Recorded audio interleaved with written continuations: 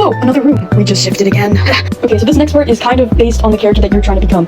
For me, this is gonna be a Kokichi wig, but for you, it could be anybody else. But this is just for Kokichi, but you should definitely follow these steps to get the method down. Step 1, take the bangs and tie them into a little ponytail in the front. So you do not cut them, because if you cut them, you'll most likely mess them up, because if you don't style bangs on your face while the wig is on your head, it's gonna look.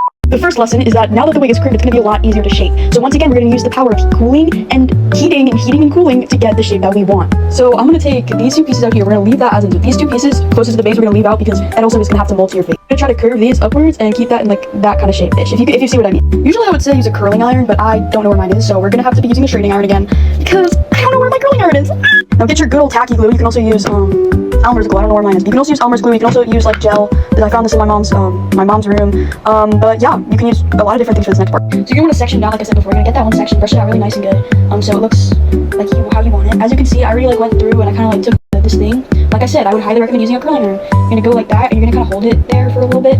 It's not gonna work as well as anything else, but yeah, you can do that. Then I would take some glue and go on the ends and make it like the way you want it.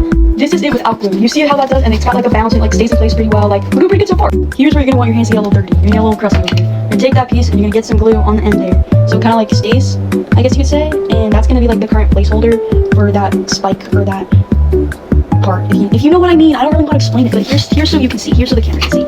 You want that. You want it to look like that. Okay, that's what you want it to look like. That's kind of it. Oh my God, stop! I want to do that same spike, but under it. So it's gonna be 2, like there is in the reference photo.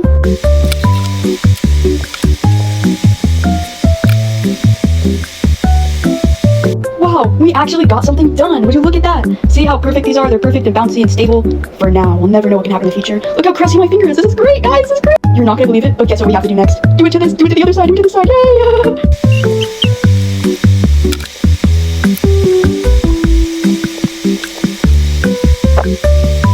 Yay!